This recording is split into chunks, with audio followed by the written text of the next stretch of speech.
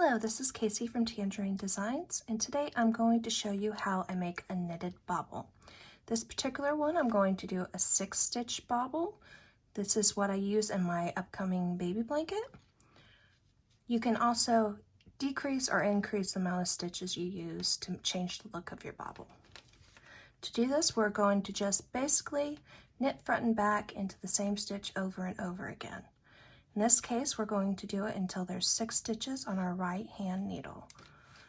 So we're going to just go in and knit into the front and then the back.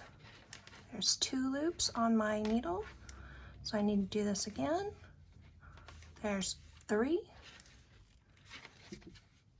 and then 4. You can tell I'm also kind of tugging as I go just to give me a little bit extra room in that stitch. And we're going to go 5 and then 6. At this point, you can take your left hand needle out of the stitch because now you have 1, 2, 3, 4, 5, 6. 6 loops on your right hand needle.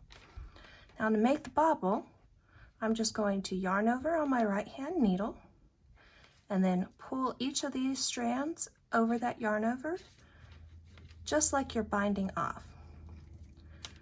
You can do this all at once or one by one.